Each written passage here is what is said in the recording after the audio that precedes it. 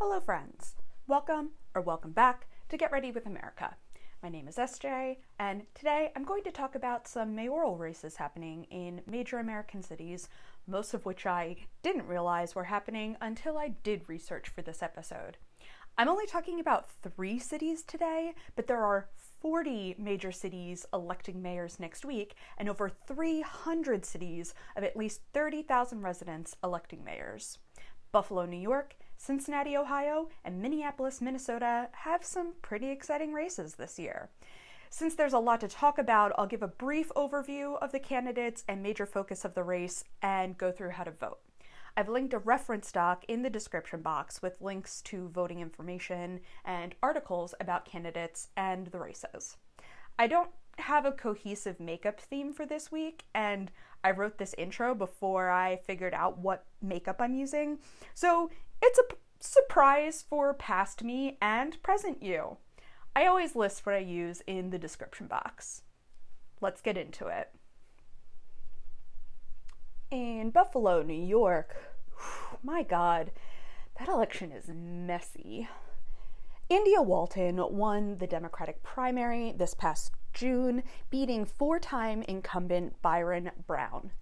No Republicans filed to run because they assumed Brown would win, and there was no use wasting money, so then it was assumed that Walton would coast victory in November.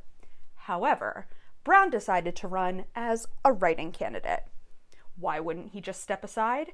Because Walton is a self-described socialist, and Brown has slowly built back Buffalo through lofty private development deals.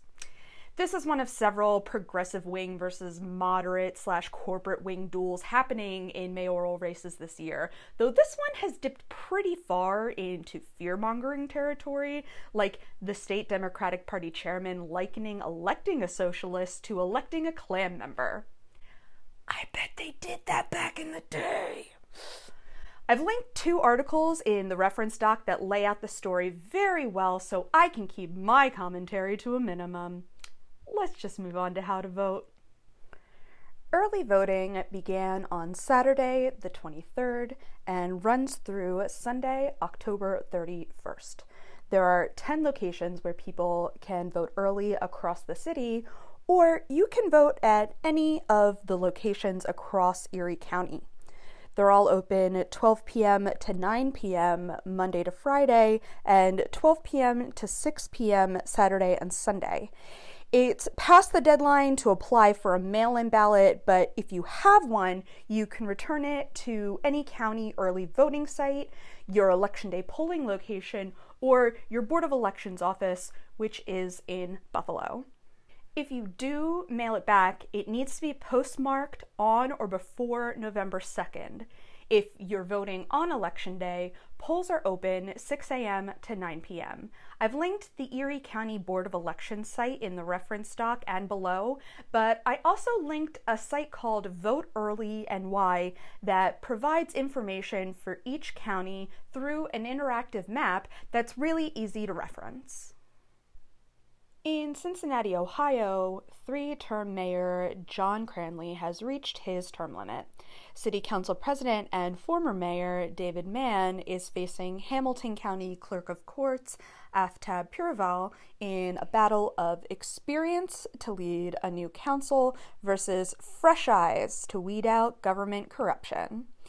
Last year, 3 city council members were arrested on felony corruption charges, and a 4th was arrested on felony tampering charges. Plus, 3 more members have reached their term limit, so only 1 incumbent council member is running for re-election on the 9-seat board.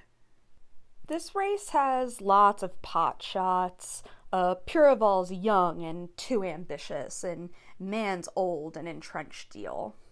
For what it's worth, former Cincinnati Mayor Jerry Springer endorsed Mann, probably because they governed together in the 70s. Yes, I did just say the 70s. In the reference doc, I linked Cincinnati Public Radio's master list of stories for all of the 2021 races, which includes interviews with both candidates. 35 candidates are running for the 9 council seats, so enjoy reading all of those surveys.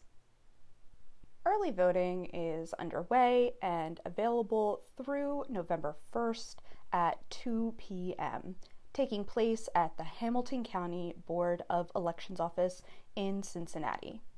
There's a link in the doc called Vote at the BOE Before Election Day, and it has the schedule as well as public transit information.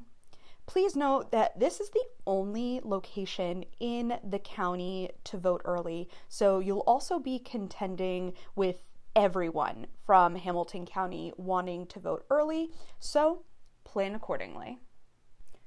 You can still apply to vote by mail.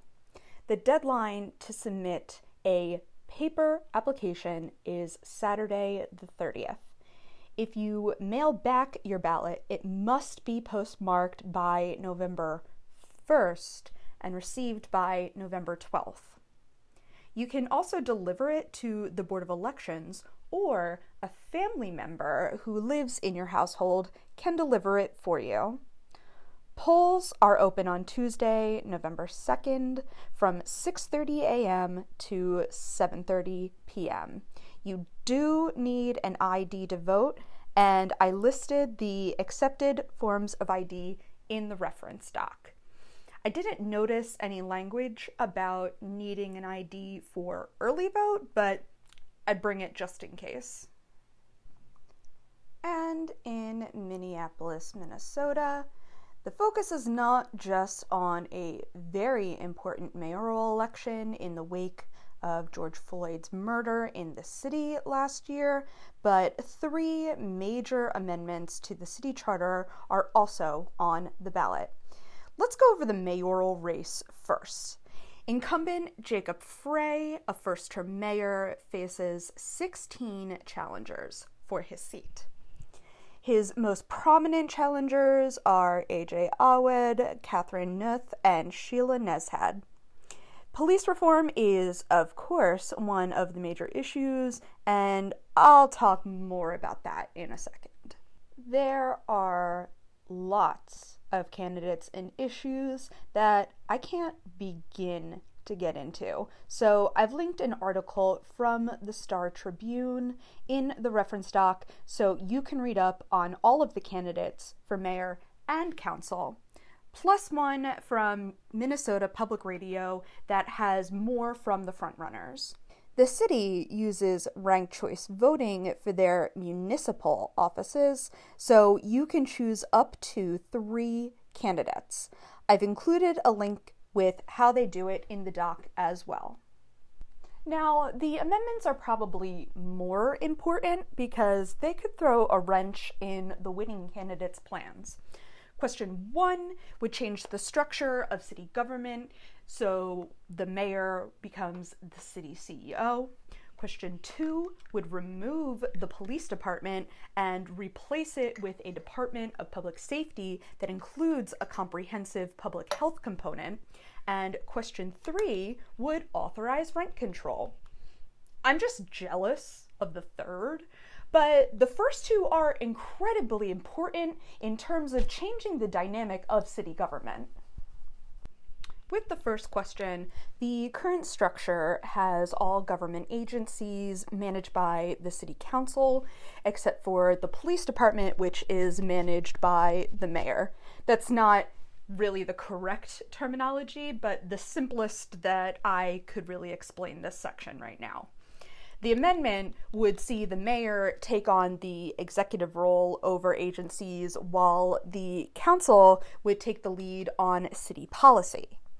Question 2 would turn that police department into an agency that is no longer under the mayor in the current structure. It would also take away the minimum funding requirement toward police officers, even if police officers remained within the structure of the new department. Candidates are split on how they'll vote for both questions, so check out the links in the reference docs for their views. Early voting and vote by mail are well underway. Early voting is happening through November 1st at the Minneapolis Elections and Voter Services Office. I've included the address and schedule for voting in the doc. Minnesota does same-day registration, and that applies to early voting, so if you want to vote early and still need to register, you can do that if you have ID. Note that the elections office will not be open for voting on the 2nd.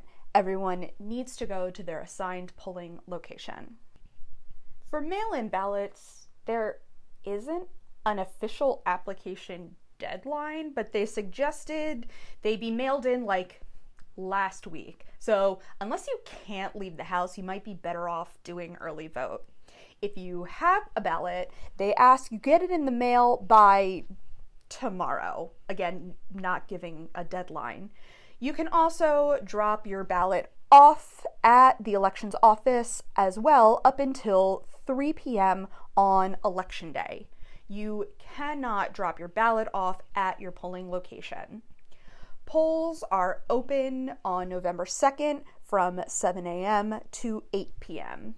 You only need to bring an ID if you need to register for the first time or update your registration.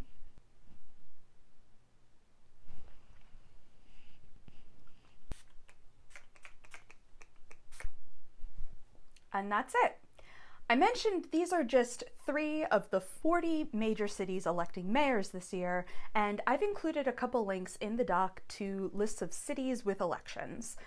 Election day is next week, and most states already have early voting locations open or mail-in ballots in the ether, so please make sure you, wherever you are prepared to vote. You can usually find a sample ballot on the website of your county's Board of Elections, so you can do a little research before you make your picks. While you're on the website, check out if there's early voting available, or look up your polling location for November 2nd and make your plan. Think about your schedule over the next week, and when you have a decent chunk of time to go vote, just in case it's busy, coordinate with someone in your household so you both can go vote together. If you haven't yet, return your mail-in ballot to a secure drop box if it's available so it gets there on time. There's probably so much more at stake in your state, county, city, town, dog-catching territory than you realize, and it's our constitutional duty to install our lawmakers. Please don't sit it out. I'll see you on the other side.